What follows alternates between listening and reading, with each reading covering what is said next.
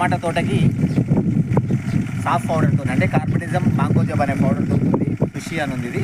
దీని ద్వారా మనము డ్రిప్ ద్వారా డ్రెంచింగ్ చేయడం జరుగుతున్నది. దేనికోసం అంటే మనకు ఈ రూట్ రాట్ అనేది, కాండం కుళ్ళు తెగులు అనేది, టమాటా వడలిపోవడం అనేది జరుగుతుంది. చాలా రోజుల తర్వాత వర్షాలు పడడము ఒక కారణం అయితే, ఆ ఫంగస్ వల్ల మొక్కలు వాడిపోయి 2-3 రోజుల్లో చనిపోవడం జరుగుతుంది. దానికోసమని మనము ఈ కార్బనిజం ప్లస్ మాంకోజబ్ అనేటువంటి మందును 1 లీటర్కి 2 గ్రాముల చొప్పున కలిపి ఎకరానికి ఒక 200 లీటర్లు మన డ్రిప్ ద్వారా పంపుతూ డ్రెంచింగ్ చేయడం జరుగుతుంది.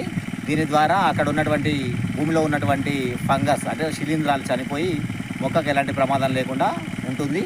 ఇది కాకుండా మనము కాపర్ ఆక్సిక్లోరైడ్ అని ఉంటుంది, అదైతే 3 గ్రామ్స్ పర్ లీటరు ఎకరానికి ఒక 1.2 kg మనము నీళ్ళల్లో కలుపుకొని డ్రిప్ ద్వారా పంపించడం చేస్తే మనకు ఈ టమాటోలో వచ్చేటువంటి వేరుకుళ్ళు కానీ కాండంకుళ్ళు కానీ రోగం రాకుండా ఉంటుంది. అది నివారణ చేయవచ్చు. దాంతోపాటుగా ఈ పద్ధతిలో ఈ విధంగా డ్రెంచింగ్ పంపించేటప్పుడు ఈ పవర్ స్ప్రేయర్ వాడడం జరుగుతుంది. ఫస్ట్ ఒక 15 నిమిషాలు మనము వాటర్ పంపించిన తర్వాత మనం ఏదైతే 200 లీటర్ల ద్రావణం తయారు చేసుకున్నామో ఆ 200 లీటర్లకి 1 లీటర్కి 2 గ్రాముల చొప్పున 400 గ్రాములు సాఫ్ పౌడర్ పడుతుంది.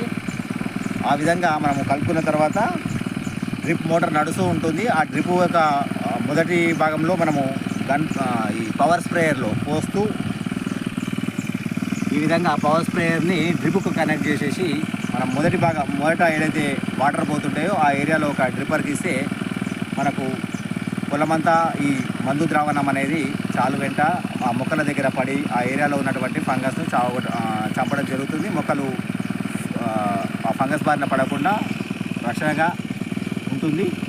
రైతులు ఎవరైనా ఉంటే ఈ విధంగా చేసుకోవచ్చు. మామూలుగా మనము డ్రెంచింగ్ చేయాలంటే పంపులో పోసుకొని చెట్టు కాడ పోయడం ఇబ్బంది అవుతుంది. కాబట్టి డ్రిప్ వసతి ఉన్న రైతులు ఈ విధంగా వెంచురీ ఉన్నోళ్ళు వెంచురీ ద్వారా కానీ, వెంచురీ కూడా లేకపోతే మనం కలిపినటువంటి మందు ద్రావణాన్ని వడబోసుకొని ఈ విధంగా మనం గన్ పంపును మోటార్ నడిపిస్తూ మోటార్ ఆన్ చేయాలి. మోటార్ నడుస్తూ ఉంటే ఒక డ్రిప్ పైపుతో ఈ పవర్ స్ప్రేయర్కు ఉన్నటువంటి పైపును కనెక్ట్ చేసేసి దాని ద్వారా మనము మందు ద్రావణం పంపిస్తే తప్పకుండా ఈ రోగాన్ని నివారించుకోవచ్చు.